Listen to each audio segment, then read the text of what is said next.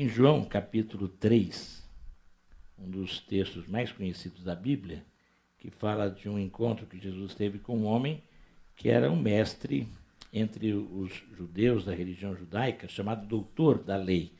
Ele era um teólogo, um homem aprofundado no conhecimento da lei, principalmente da lei de Moisés, do Velho Testamento, e ele vê e ouve as coisas sobrenaturais que Jesus estava fazendo, e como a maioria dos judeus, ele estava aguardando a vinda do Messias, do enviado de Deus, que daria a salvação, que ele achava, na verdade, que ia dar salvação para o povo de Israel, que ia fazer uma nova... O povo de Israel se tornaria a grande potência. Israel seria a grande potência do mundo, tomaria o lugar do Império Romano e eles iriam governar. Então ele acreditava que o Messias seria rei de um reino físico. E de repente ele ouviu falar daquele Jesus que veio de um lugar que era bem desconhecido, um lugarzinho, um lugarejo na periferia do país. E esse homem está fazendo milagres, esse homem está sendo reconhecido como Messias. Ele vai atrás de Jesus para entender. Ele vê que o que Jesus fazia era algo diferente e ele começa a conversar com Jesus. E quando ele pergunta para Jesus, ele diz para Jesus: nós sabemos que o Senhor é mestre vindo da parte de Deus. João 3, versículo 2. E ele foi de noite falar com Jesus, porque provavelmente ele tinha um certo receio de, sendo ele um doutor da lei, conversar com um mestrezinho que estava sendo para muitos um aventureiro. Mas ele estava vendo que esse homem era diferente. Sabemos que o Senhor é mestre vindo da parte de Deus, porque ninguém pode fazer esses sinais que o Senhor faz. Ele reconhecia que os sinais, os milagres de Jesus eram sinais, uma prova de que ele era o Messias. Se Deus não estiver com ele. E Jesus respondeu: em verdade lhe digo que se alguém não nascer de novo, não pode ver o reino de Deus. E Nicodemos perguntou: como é que pode um homem nascer sendo velho? Será que pode voltar ao ventre materno e nascer uma segunda vez? E Jesus respondeu: em verdade lhe digo, quem não nascer da água e do Espírito não pode entrar no reino de Deus. O que é nascido da carne é carne, o que é nascido do Espírito é Espírito. E não fique admirado por eu dizer: vocês precisam nascer de novo. Nascer pelo Espírito Santo, um novo nascimento. É uma palavra que a gente pode chamar de regeneração. A pessoa só se converte a Jesus Cristo e só reconhece Jesus Cristo como Salvador pelo poder e pela obra do Espírito Santo. Não é uma coisa que está na gente. A gente tem vontade, muita gente tem vontade, mas se o Espírito Santo não iluminar, não trabalhar, não convencer, e você não se deixar ser convencido por ele, porque quem bate na porta, quem faz com que você escute a voz de Jesus é o Espírito Santo de Deus. Ele bate no coração da gente. É ele, e só ele que vai fazer essa transformação, que significa morrer e renascer. Novo nascimento é regeneração, é renascimento. Não é reencarnação. Não é morrer e vir de novo, tomar um corpo. Isso não tem. Não é isso. Isso não existe. Mas é um nascimento aqui mesmo, mas só que espiritual. O seu espírito, que é a essência do seu ser, é aquilo que está dentro da gente, que dá a vida para a gente, que dá para a gente a compreensão, a racionalidade, que nos diferencia de todos os outros animais, de todas as outras criaturas. Esse espírito tem que receber o Espírito Santo, e esse espírito que, por causa do pecado, quando foi gerado, ele estava amortecido, morto. A Bíblia diz que nós nascemos mortos em nossos delitos e pecados. Nascemos mortos. Como é que alguém nasce morto e vive? Espiritualmente nascemos mortos. Nascemos vivos do ponto de vista biológico. Mas a vida espiritual só começa quando o Espírito Santo de Deus está em você. Então você que era morto, renasce. Nasce de novo espiritualmente. Alguém já disse que quem nasce uma vez, morre uma vez. Agora, quem nasce duas vezes, quem nasce uma vez, morre uma vez e fica morto para sempre. Quem nasce duas vezes, morre uma vez, mas vive para sempre. Na verdade, essa morte física é apenas uma passagem porque você passa a ter o Espírito Santo em você. Quando alguém é salvo, se converte de fato a Jesus, ele nasce de novo, ele é batizado no Espírito Santo, o batismo com o Espírito Santo, alguns dizem, ele é habitado pelo Espírito Santo e ele é selado e passa a ter o penhor, a garantia que o Espírito Santo confere. E nós queremos ver essas coisas hoje. A regeneração do Espírito Santo. João 3, 3-7, o texto que nós lemos. Agora, cada pessoa dessa chamada Trindade Divina, ou esse Deus triuno, tem algo ligado com o novo nascimento. Quando você nasce de novo, o Deus Pai se torna agora o seu pai, porque você se torna filho por adoção. Originalmente ninguém é filho de Deus. Todos nós somos criaturas de Deus. Você pode pegar uma criança e criar aquela criança e ela ficar ali com você a vida toda, mas o dia que você morrer, ela não vai herdar nada de você se ela não for adotada, se aquela situação dela não for legalizada. Quando você recebe Jesus, recebeu Jesus através do Espírito Santo, você é adotado na família de Deus. Você é uma nova criatura e você passa a ter uma nova vida, você passa a ter um novo pai, que é o seu pai eterno. O Espírito Santo, ele é o agente da regeneração. E é só por meio de Jesus Cristo, só ele é que, por ter pago com a própria vida, ele dá para nós a vida eterna, quando ele morreu na cruz por nós, ressuscitou. Então, ele é quem garante, ele que pagou o preço da vida eterna, que agora o Espírito Santo confere para quem aceita. O novo nascimento, ele vem de Deus. Romanos 2, 8 e 9, alguém lembra de cor? Porque, pela graça, vocês são salvos. E isto não vem de vocês, é dom de Deus, é dádiva. Não vem das obras, de obras que você possa fazer, para que ninguém se glorie, para que ninguém fique dizendo assim, ó, eu que consegui a minha salvação. Não, porque nós não merecemos. A salvação é um presente, é gratuito. Graça é favor imerecido. Graça é receber o que eu não mereço. Nesse sentido, nós podemos saber que temos que ter humildade para nos reconhecermos pecadores, imerecedores da graça, do favor e da vida eterna. Eu tenho que chegar humildemente e falar, Senhor, eu não mereço nada. Como um mendigo estender a mão para aquele que pode dar alguma coisa e pedir. Você teve que pedir a salvação, me dá a salvação. Só ele pode dar. E quando ele entrega, você tem que receber. Porque já aconteceu com você, já aconteceu comigo. Fui dar um presente para a pessoa jogou fora o presente. Pode, e não pode acontecer isso? Pode. A pessoa pode querer dar um presente e você não aceitar. Jesus oferece o presente da salvação para o mundo todo, mas ele já sabia que muita gente não ia aceitar. Agora, quem aceitou, humildemente recebeu um presente. A salvação é um presente. O novo nascimento é uma dádiva divina que você recebe por humildemente reconhecer que você é pecador e que você precisa dele para ser salvo. E quando cremos nele, o Espírito Santo nos regenera imediatamente. Quando você recebe Jesus, imediatamente você nasce agora espiritualmente. Isso é ato de Deus. Salvação é um ato de Deus. Acontece na hora, no momento. Quando, porém, se manifestou a benignidade de Deus, nosso Salvador, o seu amor para com todos, não por obras de justiça praticada por nós, mas segundo a sua misericórdia, ele nos salvou, mediante o lavar regenerador e renovador do Espírito Santo que ele derramou sobre nós ricamente por meio de Jesus Cristo, nosso Salvador, a fim de que, justificados por graça, nos tornemos seus herdeiros, segundo a esperança da vida eterna. Isso está em Tito, capítulo 3, versículo 5. É a palavra de Deus que nos dá toda essa afirmação, porque a gente só pode conhecer a verdade de Deus pela palavra de Deus. Não é um achismo aqui, não é que eu acho que sou salvo, não é que eu acho que agora eu ganho de graça a vida eterna. Não é um achar, é revelação da palavra de Deus. E eu creio na palavra de Deus, por isso eu uso a palavra de Deus.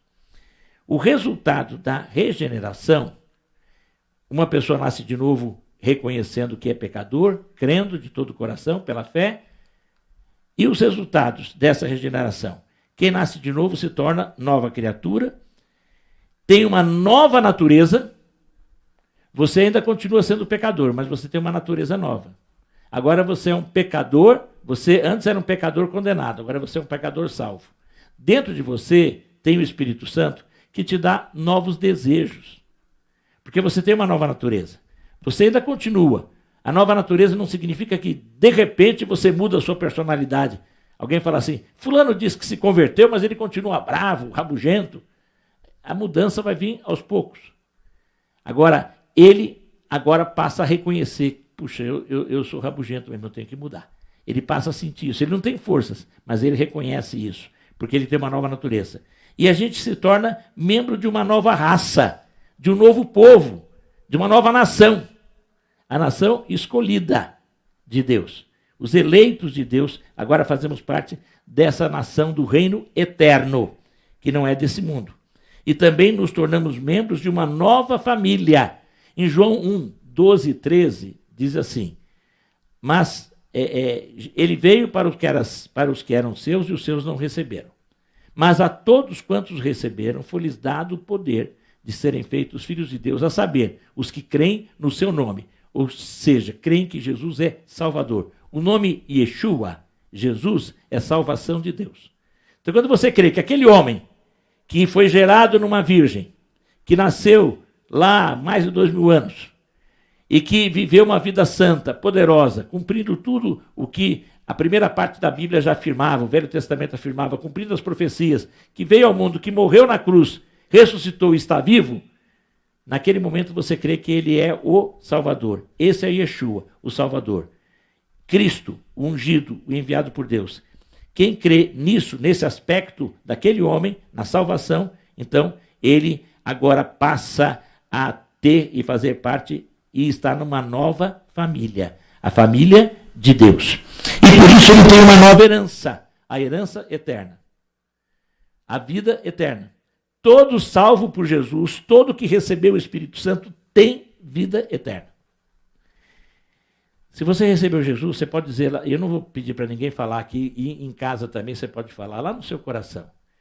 Eu sou filho de Deus, adotado por meio de Jesus. Eu tenho a vida eterna. Eu sou salvo por Jesus. Aleluia.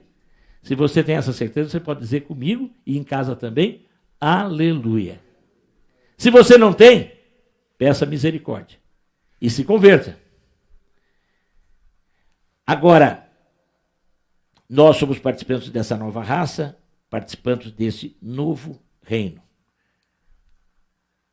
Os resultados ainda da regeneração, nova criatura, nova natureza, nova raça, nova família, uma nova herança, esse novo reino que agora somos do reino de Deus.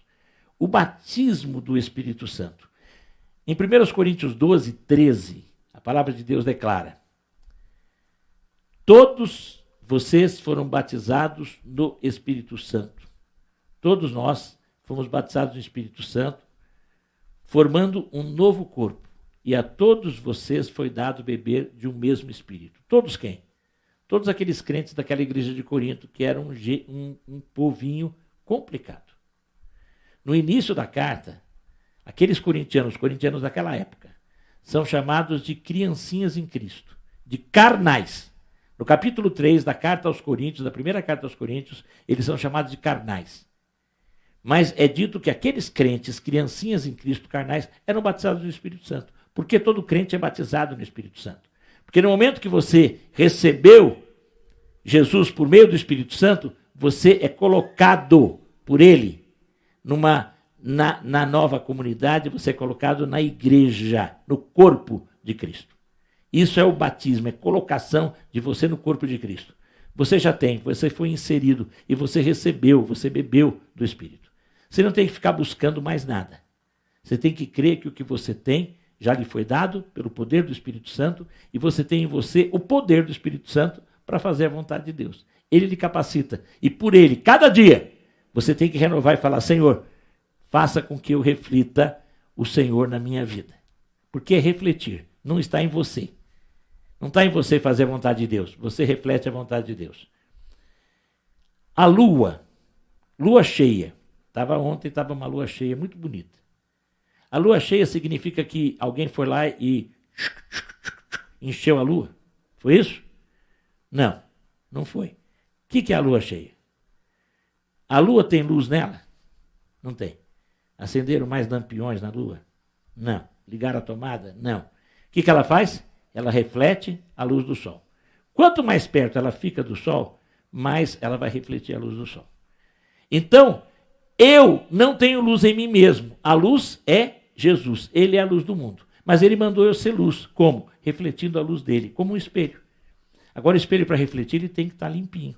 O Espírito Santo tem que me limpar sempre para eu refletir bem a luz. Quanto mais perto eu estiver de Jesus, mais eu vou refletir a luz de Jesus.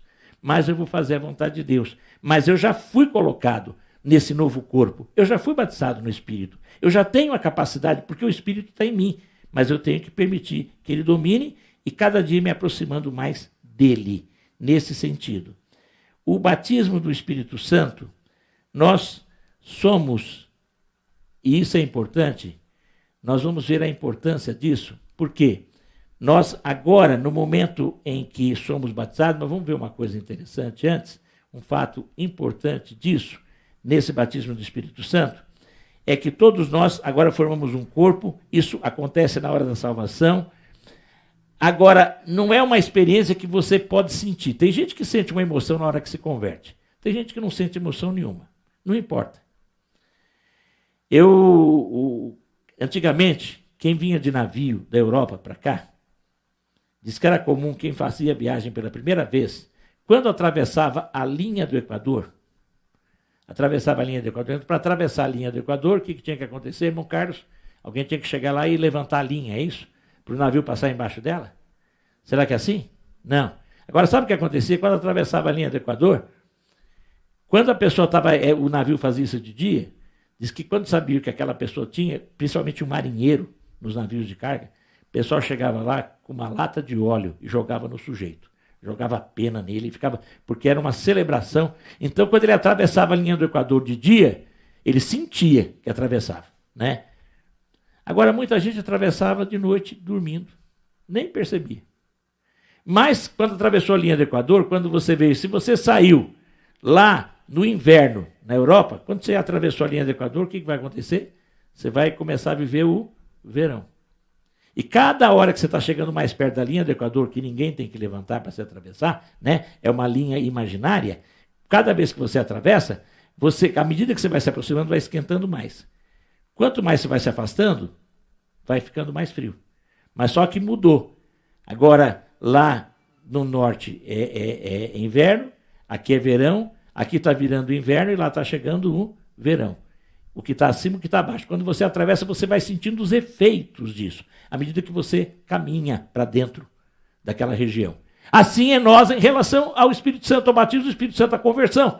Tem gente que sente, tem gente que joga o olho nele, joga óleo, né? Joga aquelas penas lá, a pessoa fica toda assim eufórica. Tem gente que chora, que pula de alegria. Tem gente que aceita Jesus. Mas o que vai acontecer? Os efeitos disso na sua vida. Cada dia você vai sentindo. Aquilo que você fazia antes que parecia nada, agora incomoda você, porque tem o Espírito Santo apontando os seus erros e os seus pecados.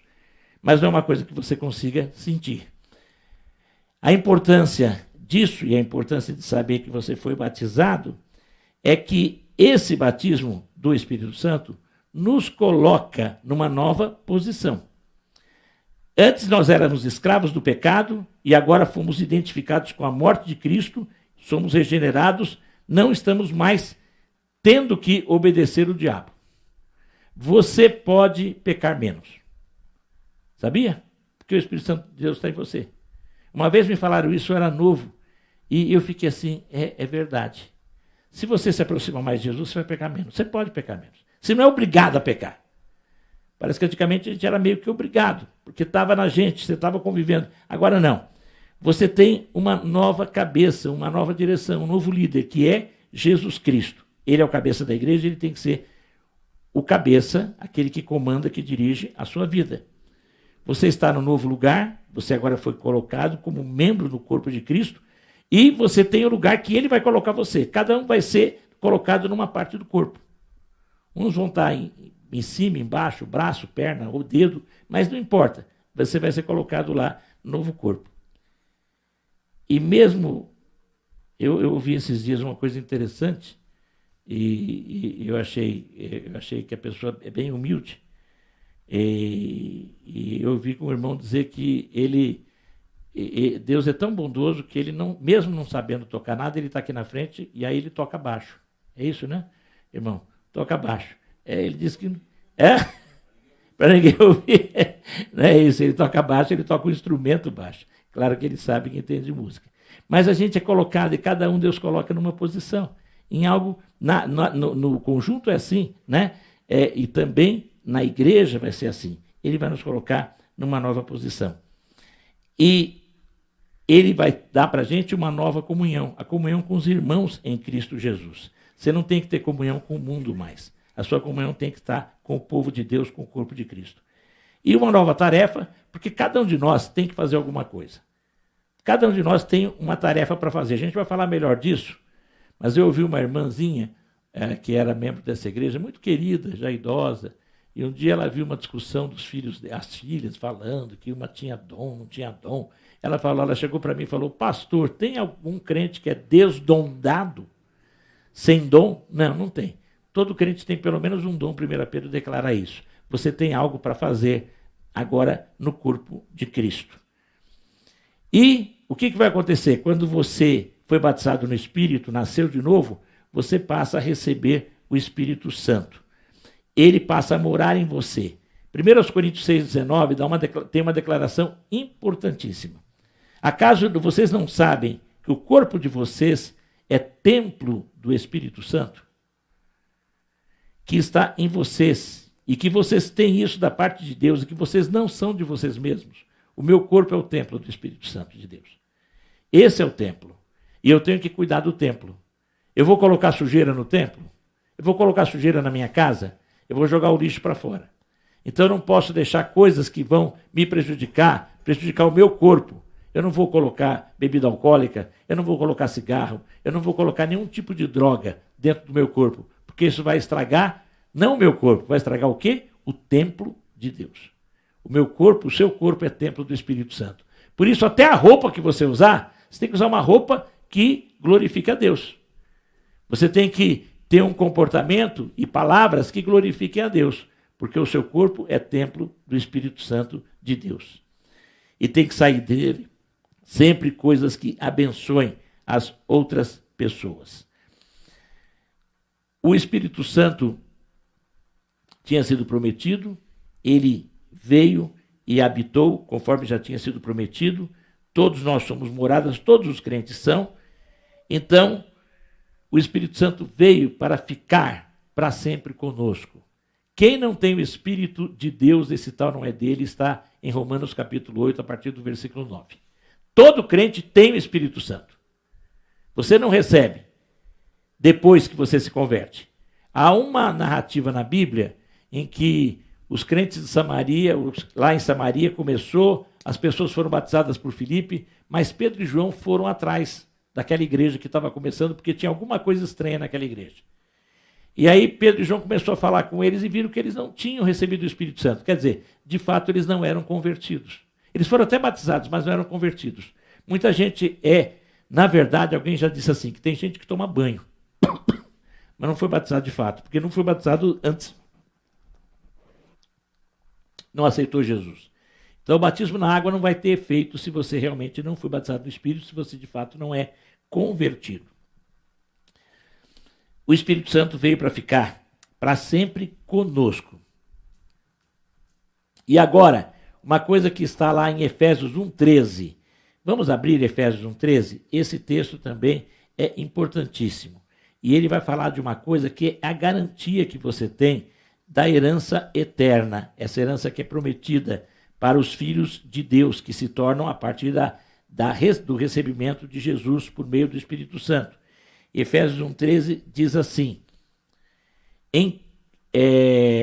nele também, em Cristo, vocês, depois que ouviram a palavra da verdade, o evangelho da salvação, tendo nele também crido, receberam o selo do Espírito Santo da promessa. O Espírito é o penhor da nossa herança até o resgate da sua propriedade em louvor da sua glória. O selo, o que ele vai fazer? Ele indica propriedade. Quando as pessoas antigamente faziam antigas cartas, eles enrolavam os papéis, porque o papel era escrito, né, um pergaminho, e eles faziam o quê? Eles enrolavam. Quando eles enrolavam aquele pergaminho, as secretárias antigamente eram especialistas em enrolar, porque elas tinham que ficar enrolando o papel lá, né? Fazer aquele rolo de papel. E aí o que acontecia? Ele colocava cera quente aqui. E depois da cera secar, ele pegava o anel dele, o proprietário que ia mandar aquilo dali, aquele documento, e ele selava, marcava. E punha dentro de um receptáculo, que muitas vezes era de madeira ou de cerâmica. E aquilo era levado pelo portador. Quando chegava lá no destinatário, ele abria, retirava, e quando ele retirava, aí que ele ia ver se aquilo estava intacto. Se tivesse com o selo, aquilo chegou intacto. Aí ele abria, quebrava o selo. Só o destinatário podia quebrar o selo. Quando você recebeu Jesus, recebeu o Espírito Santo de Deus selou você.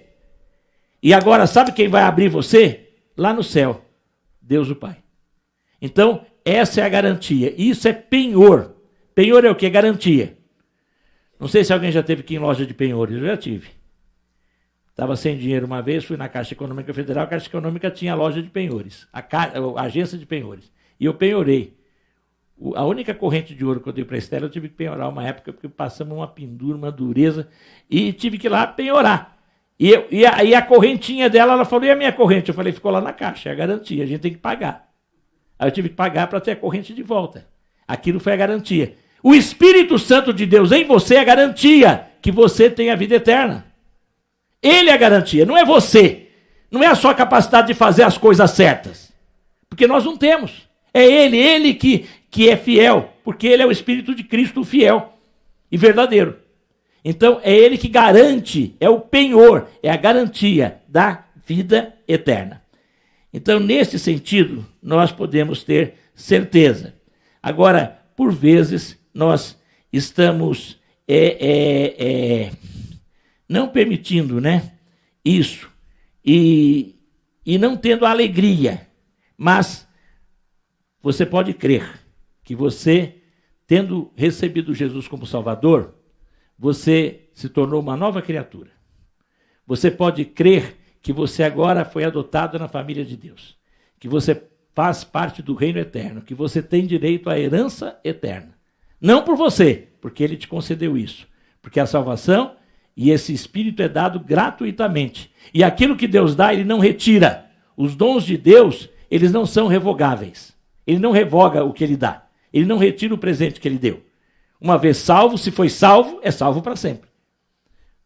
Você não cai da graça, você pode perder a alegria da salvação, mas não a salvação. E nós vamos ver isso quando que nós entristecemos o Espírito Santo de Deus. E agora uma coisa importante, você é batizado pelo Espírito Santo e você faz parte do corpo de Cristo. E o que é importante também, você tem o selo, a garantia da vida eterna, que é o penhor, que é o próprio Espírito Santo em você. Aleluia por isso. Glória a Deus por esse Espírito que nos dá essa salvação imerecida.